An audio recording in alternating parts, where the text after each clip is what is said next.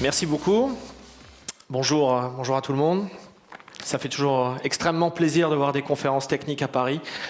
Voilà, j'ai vécu une époque où il n'y en avait absolument aucune. Maintenant, il y en a de plus en plus. Voilà, c'est génial. Donc, je suis Julien Simon, je suis CTO de Viadeo. Et je vais vous parler aujourd'hui du choix qu'on a fait et de la migration qu'on est en train de mener. Je repositionne Viadeo en quelques instants. Donc, c'est une société française qui a été créée en 2005, qui est leader sur le marché français avec 9 millions de membres et qui, au fil du temps, s'est étendue en Russie, en Chine, en Afrique francophone. Voilà, c'est tout ce que je vais dire sur Viadeo, vous connaissez. Je ne suis pas venu parler spécifiquement de ça aujourd'hui. Viadeo en 2015, c'est toujours un réseau social professionnel. Donc, on a toujours des pages de profil. Voilà, j'ai mis la mienne, vous m'excuserez. Je serais ravi de me connecter, n'hésitez pas. Donc toujours une page de profil, un flux d'actualité qui a été refondu très récemment, qui est beaucoup plus agréable et beaucoup plus riche, où vous voyez l'actualité de votre réseau, où vous voyez des suggestions de personnes à contacter, où vous voyez des articles recommandés, etc. Et puis de plus en plus, sur Viadeo, on va trouver de nouvelles fonctionnalités qui correspondent évidemment à de nouveaux projets. Alors j'en ai listé quelques-unes. Face à face, qui permet de mettre en communication des recruteurs et des candidats de manière un petit peu différente qu'au travers d'annonces. Un autre service qui s'appelle Let's Meet, qui permet de faire des rencontres professionnelles. On insiste sur professionnel. Pour le reste, vous faites ce que vous voulez. Qui vous permet de rencontrer des clients potentiels, des candidats potentiels, enfin voilà, de rencontrer dans la vraie vie, physiquement, des gens qui font partie de votre réseau. Et puis, un autre service qui permet de noter son entreprise, qu'on appelle Rate Your Company, qui permet de donner du feedback sur tout un tas de critères. Et voilà. Et donc, tous ces projets-là, évidemment, ce sont des projets qui ont été menés dans les mois passés, qui nécessitent du développement, qui nécessitent de l'infrastructure, qui vont nécessiter une remise en cause dans certains cas de la plateforme, et donc qui vont poser un certain nombre de questions techniques. En termes d'infrastructure, aujourd'hui, on a une infrastructure qui est majoritairement physique, qui est hébergée aux États-Unis. On a à peu près 250 serveurs. Oui, j'ai précisé Linux, vous m'excuserez. On utilise différents back-ends. Je suis sûr qu'il y a des gens dans la salle qui utilisent aussi ces technos-là. On a du MySQL, on a de l'Elasticsearch, on a du Hadoop, on a tout ça. Et surtout, on a une plateforme de services qu'on appelle Casper, qui a été développée en Java, qui est, j'ai pas peur de l'affirmer, et je serais ravi d'en discuter plus tard, le plus beau design web que j'ai eu l'occasion de voir. Et je le dis d'autant plus aisément que je ne suis pas l'architecte de cette plateforme. Voilà. Donc c'est une plateforme qui est basée sur un pattern qui s'appelle CQRS. Je vous laisse regarder ça sur Wikipédia ou ailleurs. Il y a peut-être des gens qui font du CQRS dans la salle, ça m'intéresserait d'en discuter avec eux. Donc CQRS, c'est tout simplement séparer au niveau de l'architecture les commandes entrantes et les commandes sortantes, d'avoir des flux totalement séparés. C'est une plateforme qui est événementielle, avec un bus de données, et tous nos projets sont développés suivant DDD, voilà, en Domain Driven Design. Donc voilà, très belle plateforme Java qui a été totalement refaite en 2014, qui est en production, et qui est très modulaire, ce qui va être important pour la suite. Au-dessus de cette plateforme, on a une application web qui a été développée en Node.js, qu'on appelle Limbo. Donc le front de Viadeo que vous voyez aujourd'hui, c'est ça, c'est du Node.js. Plus tous les frameworks JavaScript à la mode que vous pouvez imaginer. Et évidemment, on a des applications mobiles. C'est une grosse partie de notre trafic aujourd'hui. Donc on a des applications iOS, Android, qui tournent sur à peu près tous les devices que vous pouvez avoir dans votre poche. Voilà, donc un stack relativement riche, une plateforme relativement complexe, une taille d'infrastructure qui est déjà respectable. Donc ça, c'est pour la partie physique. Et c'est ça qu'il va falloir déménager. Néanmoins, Viadeo utilise AWS depuis un certain temps. Et j'ai trouvé intéressant de revenir aussi sur ça. Alors, je vais dire comme tout le monde, je ne vais pas vous demander qui n'utilise pas S3 dans la salle. Je ne vais pas vous faire lever la main, mais... Bon, voilà, donc comme tout le monde, évidemment, on a besoin de stocker des fichiers, on a besoin de stocker des backups, on a des archives, je ne sais pas quoi, des snapshots de bases de données, tout ce qu'on peut imaginer. Donc ça commence évidemment sur S3. En 2012, Viadeo a eu un petit souci au siège, et une petite inondation, ou une grosse inondation, et les quelques serveurs qui étaient hébergés là-bas, donc pas les serveurs de production, j'insiste, hein, mais les serveurs d'IT interne, les serveurs de développement, etc., ont subi un léger souci. Et voilà, donc tout a été complètement détruit, l'armoire électrique, les serveurs, voilà, tout est parti à la poubelle. Ouais, jamais personne montre ça, mais moi j'aime bien montrer ce qui marche pas, donc voilà, je trouve ça rigolo. Et ce qui est surtout intéressant, c'est que tout a été reconstruit très vite. C'est-à-dire que le choix traditionnel, c'était ça aurait été on recommande des serveurs, on recommande des switches, voilà, on passe la serpillière et puis on est reparti pour un tour. Bon, ça aurait pris un peu de temps. Et donc ils ont fait ce choix finalement de dire non, on va dans AWS, go. On est embêté. Et tout a été refait en 2 jours. Donc il y avait entre 20 et 30 serveurs, enfin voilà, vous imaginez de l'IT interne, 200 et quelques utilisateurs, enfin voilà, une certaine taille déjà. Et donc là, ils ont commencé à faire du VPC, à faire des VM, etc. etc. Et je trouve très intéressant finalement que le vrai déclencheur de l'adoption d'AWS chez Viadeo, ça soit un désastre. C'est un espèce de moment où on se dit là, alors oui, on peut appeler l'intégrateur, on peut commander des serveurs, on peut, mais ça va mettre des semaines. Et donc, est-ce qu'il n'y a pas une autre solution? Voilà. Et il y en avait une. Et puis ensuite, Viadeo s'est mis à faire de plus en plus de traitement de données, à faire du MapReduce, à faire des choses comme ça. Voilà. Notamment pour faire ce genre de petits services, de petites boîtes, proposer des données sur le front.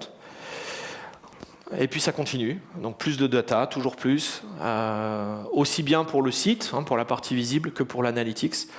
On a une nouvelle infrastructure analytics qui utilise un soft qui s'appelle Snowplow, qui n'est pas une technologie Amazon, mais que je vous recommande, qui permet d'avoir des trackers de données vraiment super, hautement recommandés. Donc on stocke dans S3 et après on envoie dans Redshift. Voilà. Donc on a commencé à faire 2-3 trucs, on est vraiment juste au début de cette histoire-là, et on a à peu près 20 millions d'événements par jour aujourd'hui. Et puis, on a aussi de la personnalisation de contenu, donc les fameux articles qui peuvent vous intéresser, avec du MapReduce, avec du Spark, etc. Donc un point de départ finalement désastreux, au sens propre du terme. Et puis après, plutôt de l'infra froide, c'est-à-dire du back-end, du traitement de données, du stockage, etc. Pas vraiment de choses en lien avec directement connecté au site. Et donc tout ça, ça nous amène aujourd'hui à un point où on a de l'infra dans 3 régions, 2 aux US, et puis quelques petites choses en Europe, mais très très minimes. 4 VPC, une centaine d'instances, réparties entre strictement de l'interne et donc de la production. Voilà, un peu de stockage dans S3, et puis 2 clusters Redshift. Voilà, alors pas mal de services, je les ai tous listés parce que, évidemment, quand on dit qu'on utilise EC2, S3, etc., on a envie d'utiliser assez vite, on utilise IAM pour l'authentification, assez vite, on va faire du load balancing, etc. etc. Donc, voilà. Finalement, au fil du temps, sans avoir l'impression d'en faire beaucoup, Viadeo a adopté pas mal de services AWS. Et donc voilà, donc ça nous amène à, on va dire, fin 2014, où un certain nombre de questions se posent sur l'infrastructure physique. La première, c'est comment améliorer l'agilité de l'infrastructure. Parce que tout le monde parle toujours d'agile, alors on parle de gestion de projet, on parle de MVP, on parle de trucs comme ça. En dev, on va parler de ça aussi. Et puis après, à un moment, donc tout ce petit monde-là... je l'espère, et efficace, va vite. Et puis à la fin, quelqu'un dit « Ah ouais, mais au fait, il nous faut des serveurs. » Et je parle d'expérience liée à mes vies antérieures. Il va nous falloir « Tiens, il nous faut 200 serveurs pour lundi, est-ce que tu peux ?» Eh ben non, je peux pas. Je les ai pas, désolé. Et donc ce problème-là, finalement, la scalabilité, elle doit aller jusqu'au bout de la chaîne. Et l'agilité, elle doit aller jusqu'au bout de la chaîne. Et sinon, vous êtes très rapide au début, et puis après, vous êtes scotché pendant des semaines en attendant que votre constructeur ou votre intégrateur vous livre. Et puis il y a le côté expérimentation. Comment est-ce qu'on a envie de se monter un cluster Hadoop ou que sais-je pendant une semaine pour faire un truc. On a envie que ça aille vite, on n'a pas envie que ça coûte cher. Comment on fait? Alors, même si on a des serveurs sous la main, on préfère les garder pour de la vraie prod. Et alors comment on fait? Bon.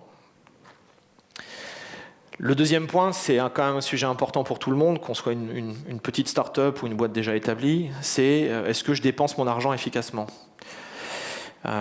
Et là, il y a vraiment deux points. C'est est-ce qu'on peut éviter de faire des gros chèques à chaque fois qu'on a envie d'ajouter de l'infrastructure ou de rafraîchir l'infrastructure?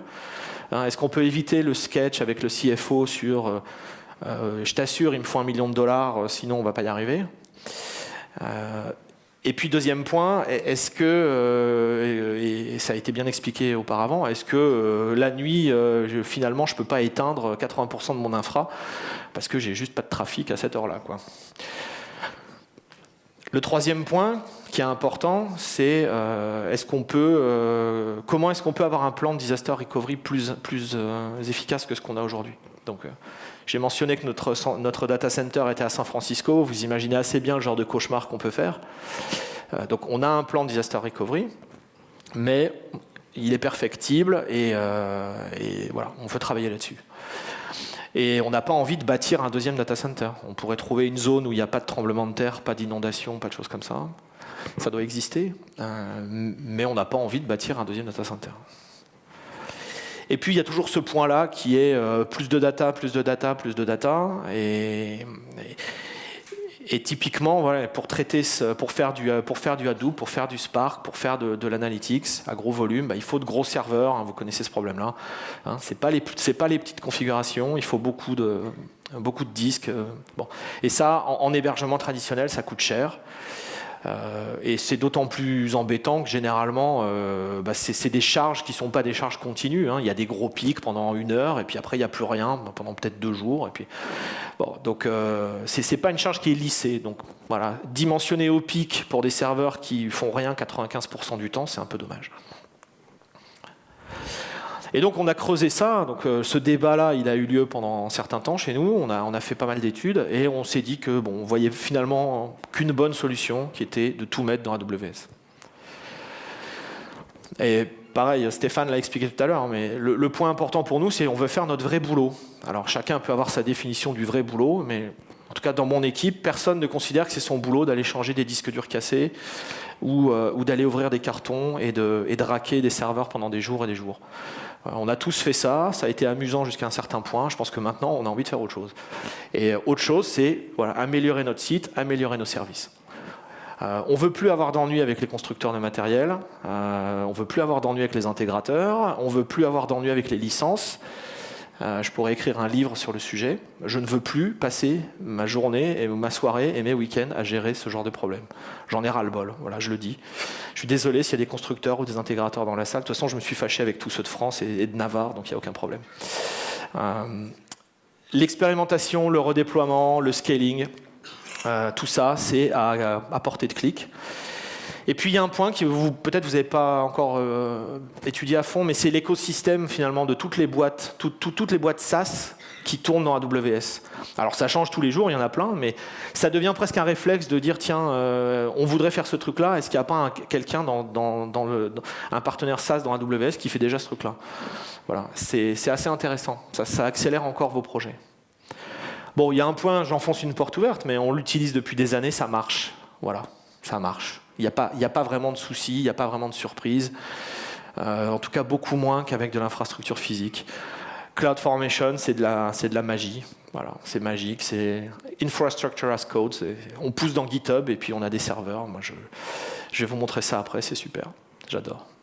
Et le time to server, on part toujours de time to market, mais dans le time to market, il y a la fin du planning, c'est le time to server et il est en minutes. Voilà, il est en minutes. Pas en jours, pas en semaines, pas en mois. Il y a un point aussi qui est important pour nous, c'est qu'on est prêt à le faire et on a envie de le faire. On n'a pas de soi-disant problème culturel ou on n'a pas de résistance du tout. On a vraiment des gens qui ont envie d'y aller. Autant les devs que les ops. Même si chez nous, la frontière est de plus en plus floue. Pardon. Il n'y a aucun problème de ce genre-là. Il n'y a pas de bataille, il n'y a pas de précaré. Donc on veut tous y aller. Voilà. C'est pour ça que j'ai choisi cette image de fond, parce que vraiment, elle représente bien notre état d'esprit aujourd'hui. Puis le dernier point, qui est quand même important aussi, c'est qu'on veut mesurer assez finement le ROI et optimiser le coût de nos projets. Et avec AWS, c'est assez facile de taguer ces instances et de voir combien ça coûte. Et puis on a la facture détaillée. Voilà. Nos principes, c'est quoi? C'est l'automatisation. On veut tout automatiser, absolument tout. Il doit rien, tout ce qui doit être automatisé et qui peut être automatisé doit l'être. Tout doit être scalable, si possible automatiquement. Et on veut une sûreté de fonctionnement élevée. Il y a le côté disaster recovery, donc le côté haute dispo, mais il y a aussi le côté, ça doit marcher tout seul et on ne doit pas se lever la nuit. On veut faire de l'intégration continue et du continuous delivery à tous les niveaux, sur l'infra, sur les instances, et sur les applicatifs. Voilà. Tout doit être testé et validé avant de partir en prod. On a fait le choix d'avoir une intégration profonde avec les services d'AWS. Donc quand je dis profonde, c'est qu'on va profondément utiliser les VPC, on va profondément utiliser IAM, on va profondément utiliser d'autres services comme ça de base. On n'essaie pas d'abstraire AWS, on va dans AWS et on y va pour de vrai. On veut vraiment avoir l'effet de levier maximum sur l'élasticité, le load balancing, etc. Pour la partie applicative, on va garder notre stack pour l'instant. Donc on ne va pas remplacer tous nos MySQL par RDS juste pour le plaisir. On va essayer d'être assez conservateur là-dessus. Il y a déjà pas mal de boulot. Sauf s'il y a vraiment, si c'est too good to pass, quoi. Sauf si vraiment c'est une idiotie de ne pas aller sur une techno. Comme en l'occurrence Redshift. Je suis assez fan de Redshift. Et il faut se dire que là, peut-être, effectivement, il faut transitionner un bout de l'infra. Donc on va tout bouger, mais on ne fait pas de Big Bang. Cette erreur-là, je l'ai déjà faite avant. Je ne recommencerai pas. Donc on y va graduellement. Et donc il faut se dire qu'on va avoir du parallel run. On va avoir un bout de plateforme front dans AWS, un bout de plateforme front dans notre data center. Donc il faut réfléchir à ça. Alors j'ai parlé d'infrastructure as code, donc je vais vous montrer comment on l'a fait. Au passage, je tiens à saluer les gens de mon équipe qui sont dans la salle et qui ont beaucoup travaillé là-dessus. Je fais que présenter, c'est eux qui ont fait tout le boulot. Donc on va pousser dans GitHub notre config Puppet et notre config CloudFormation. Il y en a un bout qui va partir dans Jenkins et dans Packer pour bâtir l'image. Le reste va aller dans CircleCI, donc pour validation. Puis dans S3. Voilà. Donc là, dans S3, on a notre infrastructure qui est décrite exhaustivement et validée. On additionne les deux. On jette tout ça dans CloudFormation et on a des serveurs. Voilà. Et ça, c'est magique pour quelqu'un qui a passé quelques années de sa vie à acheter beaucoup de serveurs et à attendre patiemment qu'ils soient déployés, rackés, installés, etc. C'est de la magie et je ne ferai pas marche arrière. Je pense qu'une fois qu'on l'a utilisé, on ne fait pas marche arrière. Voilà. Et donc le chemin complet, là, c'est quelques minutes. Il y a quand même quelques points à valider et à travailler. Alors, on a une plateforme qui existe. Si vous partez d'une feuille blanche, c'est une chose. Nous, on a déjà une plateforme, on a déjà des technos, on a déjà des choses. Donc, on essaie de ne pas faire complètement copier-coller de la plateforme dans AWS. Il y a des choses qu'on a envie de changer, qu'on doit changer, mais on ne peut pas tout changer. Donc, il faut accepter, à court terme, quelques compromis sur la performance et sur le coût. Voilà. Il y a certains bouts de la plateforme qui fonctionneront peut-être un peu moins bien ou un peu plus cher dans AWS que dans l'infra physique. Bon, ok, tant que ça reste acceptable, eh bien on l'accepte. Évidemment, vous savez bien, tous les gens qui ont déménagé le savent, quand on habite depuis des années au même endroit et qu'on déménage, on trouve des trucs sous le tapis, on trouve des trucs, on ouvre tous les placards, on vide tout et on a des surprises. Voilà. Alors, de temps en temps, de bonnes surprises et souvent de mauvaises. Donc, toute la dette technique que vous avez accumulée sur l'infra, ben, vous allez la retrouver, elle va vous bondir au visage. Voilà. Quelques exemples qui nous tracassent en ce moment. Toutes les règles de load balancing. Donc, on a des load balancing matériels. Et au fil des années, ils ont accumulé un certain nombre de règles, de réécriture d'URL, de routage de trafic, enfin des choses comme ça. Et voilà. Et là, il va falloir les dégager parce que sur l'Elastic Load Balancing, on ne peut pas le faire. Et donc ça, c'est vraiment... Je vous conseille d'utiliser le moins possible ce genre de truc si vous avez des load balancers, vous le paierez plus tard. Tout le monde a un petit filer ou deux dans un coin qui est utilisé par tous les serveurs de la plateforme. Il va falloir le bouger, il va falloir trouver ce qu'il y a dessus, etc. Puis il y a tous les vieux serveurs qui sont oubliés dans un coin, alors qui servent encore un peu, mais qui ont un vieux MySQL très très vieux ou qui ont une vieille version de n'importe quoi, et il va falloir soit les réinstaller, soit les garder comme ça, il faut choisir. Enfin voilà, bref, tout ce que vous avez accumulé, toute la poussière, toutes les vieilleries que vous avez laissées traîner, là maintenant vous allez devoir les nettoyer. Donc il faut prévoir ça dans le projet. On a dit qu'on voulait faire, ou en tout cas qu'on allait faire du parallel run, donc ça suppose une bonne connectivité entre votre infra historique et le cloud. Donc là, il y a un produit qui s'appelle Direct Connect, qui est un lien réseau dédié. Bon, fortement conseillé, ça ne coûte pas très très cher, et puis ça vous permet d'avoir un lien dédié, fiable, et sur lequel vous pourrez faire vos migrations de données, votre monitoring, enfin tout ce que vous voulez. On pensait dégager tous nos CDN et mettre CloudFront partout. On s'est rendu compte que la performance de CloudFront entre régions est pas extraordinaire. Voilà, elle est dans la petite moyenne. Donc on a fait le choix de garder un deuxième CDN pour les parties du site qui sont les plus importantes en termes de performance. Bon, si vous déployez dans la même région que vos utilisateurs, il n'y a pas de problème. Mais pour nous, comme on est aux US, c'est un peu compliqué. Voilà, et puis quand même, histoire de se fâcher encore un peu avec des fournisseurs, oui, on a des engagements de contrat sur notre hébergement historique. Malheureusement, il va un peu plus loin que ce que j'aimerais et il va falloir le terminer. Voilà. Donc c'est une négociation qui est un petit peu compliquée. Donc mon conseil là-dessus, c'est faites très attention au renouvellement automatique et faites très attention aux durées de vos contrats. Voilà. Plus c'est court, mieux c'est, parce que le jour où vous voulez sortir, ils ne vous feront pas de cadeau. Qu'est-ce qu'on peut dire en conclusion ? Déjà, on peut dire qu'on est en plein dedans. Donc j'espère que j'aurai le plaisir de revenir dans quelques mois pour vous dire que c'est terminé. Mais franchement, il y a quelques années, j'ai 5 ans, j'ai mis cette date un peu au hasard, mais c'est vrai qu'en réfléchissant, c'est à peu près l'état d'esprit d'il y a 5 ans, c'était « mais pourquoi est-ce qu'on ferait du cloud ? Pourquoi ?» Non, on a un métier, on sait faire de l'infra-physique, on pense que c'est essentiel, etc. Qu'est-ce qu'on irait faire dans des plateformes virtuelles ? Bof, on ne veut pas. Et franchement, maintenant, la question c'est pourquoi ne pas y aller ?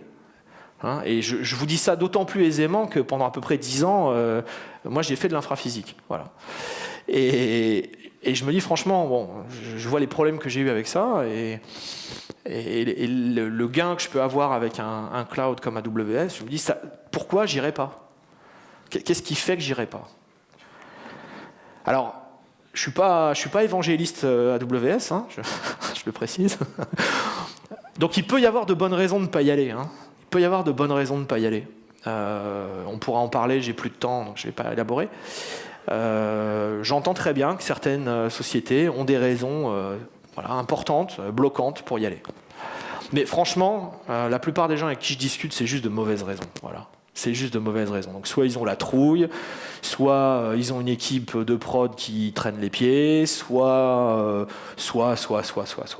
Hein. Bon, voilà, on peut en parler après, mais je pense que la plupart des raisons, on peut les démonter assez facilement. Alors après, on entend toujours, c'est une mode, ça y est, voilà, c'est la mode. Non, moi je pense pas que ce soit une mode. Je pense pas que ce soit une mode. Vous avez vu la liste des boîtes. C'est marrant de les appeler encore des startups tellement elles sont énormes et tellement elles gagnent d'argent, mais bon, là vous avez vu la liste tout à l'heure. C'est une mode ça ? Enfin, moi je crois pas. Moi, le cloud, pour moi, c'est juste la manifestation digitale de l'infrastructure. Si on pense que le cloud c'est une mode, alors les photos, la photo digitale c'est une mode, le MP3 c'est une mode, les DivX c'est une mode, PayPal c'est une mode, Bitcoin c'est une mode. Alors tout est une mode à ce moment-là, et puis on continue à vivre dans le passé. Voilà, c'est juste maintenant, comme tout le reste, l'infrastructure est digitale. Vous écrivez votre config, vous la poussez, vous avez vos serveurs. Voilà, c'est tout, il faut l'admettre, le monde a changé. En tout cas, en ce qui nous concerne, on peut constater chaque jour que AWS nous aide à améliorer notre site, nous aide à innover plus vite, à livrer plus vite. C'est juste une réalité. Voilà, écoutez, j'espère vous voir prochainement sur Viadeo. Je vous remercie beaucoup de votre attention. Je voudrais remercier également Amazon de m'avoir invité. C'est toujours un plaisir de participer. Et puis, voilà, last but not least, je voudrais remercier mon équipe pour le super boulot qu'ils font sur ce projet comme sur tous les autres projets. Merci beaucoup et bonne journée.